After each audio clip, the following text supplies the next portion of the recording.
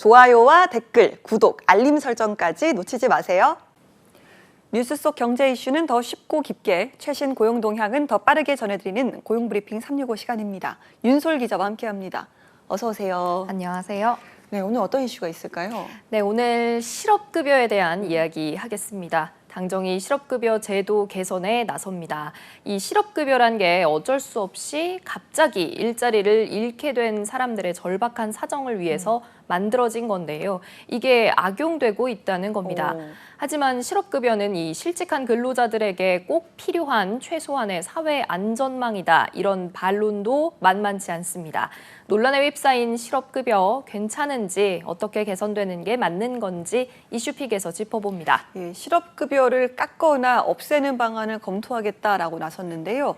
우선 실업급여가 무엇인지 또 어떤 상황에서 받을 수 있는 건지부터 짚어봐야겠는데요. 네, 실업급여는 다른 말로 구직급여라고 볼 수 있습니다. 실직했을 때의 기본적인 삶을 이어가면서 이 구직 활동에 전념할 수 있도록 일정 기간 지급하는 급여라는 의미입니다. 다만 스스로 일을 그만두지 않은 이 비자발적인 실직의 경우에만 해당됩니다. 이때 비용은 노동자가 월급에서 0.9%를 고용주가 똑같이 0.9%의 보험료를 내는데 이 보험료가 고용보험기금에 모이고 이걸로 실업급여를 받게 되는 겁니다. 예, 갑작스러운 실직에 빠진 이들에게는 정말 큰 버팀목이 되어주는 건데요. 특히 코로나 때 많은 이들이 덕분에 좀 견딜 수 있었잖아요. 네, 맞습니다. 이 최근에 또 불경기, 청년 구직난, 비정규직의 확대 등으로 실업급여 수급액이 급증했습니다. 5년 이내 3회 이상 실업급여를 받은 사람은 2018년 8만여 명에서 지난해 10만여 명으로 늘어났습니다. 예, 다시 일을 구하기까지 버티는 데 도움을 주는 건데 수급자 가운데 재취업률은 얼마나 됐나요? 네, 실업급여를 받은 사람 중에 재취업하는 비율은 30%를 밑도는 걸로 나타났습니다. 그렇다 보니 이 실업급여가 오히려 구직자의 취업 의지를 꺾는 게 아니냐는 비판이 나오기도 했습니다. 게다가 이 과정에서 일부는 수급 횟수에 별도의 제한이 없다 보니 이를 악용하는 사람들도 나타나서 논란이 됐습니다.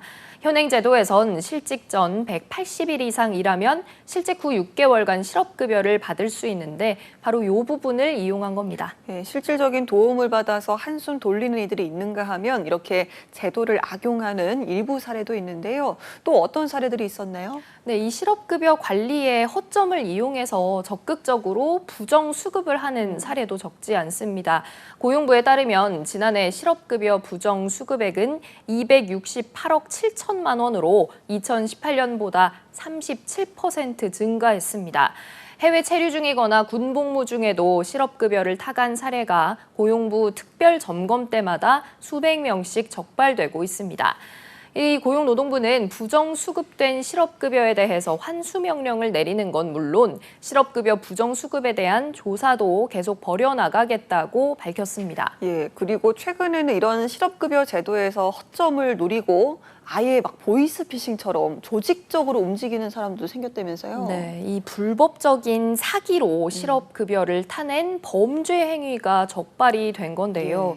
실업급여 브로커들이 의뢰인들을 폐업 상태인 이 업체에 등록시켜서 허위로 일을 한 것처럼 조작을 한 겁니다.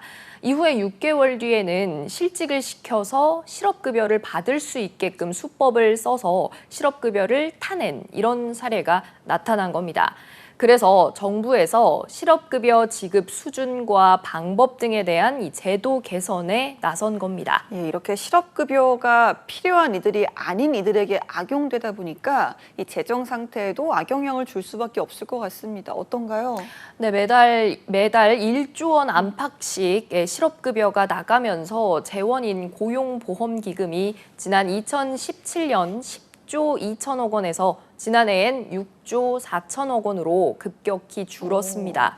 사실상 고용보험기금이 고갈 위기에 처해서 이 개혁을 더 이상 미룰 수 없는 상황이기도 합니다. 네, 그런데 이렇게 최근 실업급여 개선론이 사실이 알려지면서 실업급여가 월급보다도 많아서 일할 의지를 깎는다라는 이야기도 나왔습니다. 그런데 사실관계를 따져본다면 뭐 그렇지 않다 이런 반론도 나오던데 진실은 좀 어떤 건가요? 네, 고용보험은 통상 실업 전 석 달치 임금을 총 일수로 나눈 금액을 평균 임금으로 보고 이것의 60%를 지급합니다. 주 40시간이란 최저임금 노동자의 실업급여는 한 달 120만 원 정도입니다. 현실적으로 이 금액으로는 구직을 하기는커녕 생계 유지도 어렵겠죠. 그래서 도입된 게 하한액 제도입니다. 예, 그러니까 평균 임금 대신 좀 더 지급을 하는 건데, 자, 하한액의 기준선은 어떻게 되나요? 네, 이 최저임금의 80% 정도로 실업급여를 주는 겁니다. 정부 여당은 최저임금이 오르면서 하한액도 오르다 보니 근로자가 각종 세금을 제한 뒤 받는 월급보다 실업급여가 오히려 더 많아질 수 있다, 이렇게 주장을 하는데요. 하지만 반론도 만만치 않습니다. 정부는 세후 월급 수준을 계산할 때 세금과 사회보험료로 10.3%가 빠져나간다고 가정했는데요. 하지만 연소득 2천만 원 이하라면 실효세율은 0.1에 불과합니다. 네, 사실상 근로소득세를 거의 내지 않는 거네요. 네, 10인 이상 사업장 근로자들의 경우 사회보험료를 정부 지원금을 통해 해결하는 경우가 적지 않기 때문인데요.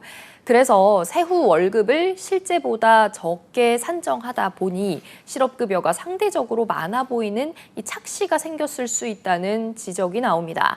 그래서 정부는 실업급여가 월급보다 많아지는 비율이 28%나 된다, 이렇게 보지만 전문가들은 그런 경우가 5% 정도밖에 되지 않을 거라고 해서 이 차이가 굉장히 큽니다. 네, 그래서 정부는 지금 실업급여 제도 개선을 위해서 어떤 방향으로 생각을 하고 있나요? 네, 실업급여가 세후 임금을 추월하는 이 역전 현상을 없애기 위해서 실업급여 하한액을 낮추거나 아예 폐지하는 방안도 검토될 걸로 보입니다.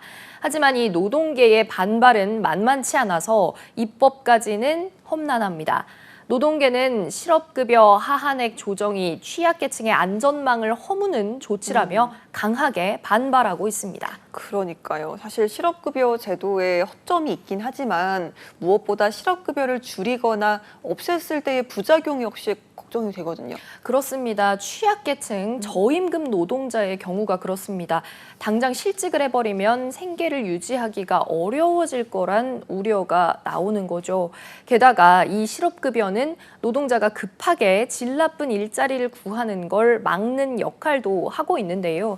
실업급여가 깎이거나 없어져 버린다면 이 서둘러서 불안정한 일자리를 구했다가 다시 실직해서 실업급여를 또 받는 이런 악순환에 빠질 수 있다는 지적도 나옵니다. 예, 그렇다면 해외에서는 이런 실업급여 지급 기간이나 혹은 뭐 금액이 어느 정도 되는지도 궁금하네요. 네, 노동계에서는 이 한국은 실업급여 수급 기간이 4개월에서 9개월로 외국보다 짧고 직전 임금 대비 실업급여 비율도 OECD 평균의 절반 수준이라고 주장하고 있습니다. 실제 실업급여 지급 기간을 비교를 해보면요. 한국은 최대 270일인데 독일과 프랑스는 최대 24개월, 일본은 최대 360일로 한국이 상대적으로 짧은 편에 속했습니다. 정부와 노동계의 이런 견해차로 실업급여 수정안 논의 과정에서의 이 상당한 진통이 예상됩니다. 네, 알겠습니다. 자, 허점이 있다면 당연히 제도를 개선하는 게 맞겠죠. 하지만 이런 제도 개선 과정에서 열심히 직장을 찾는 선량한 구직자들이 피해를 보는 일이 있어서는 안 될 겁니다.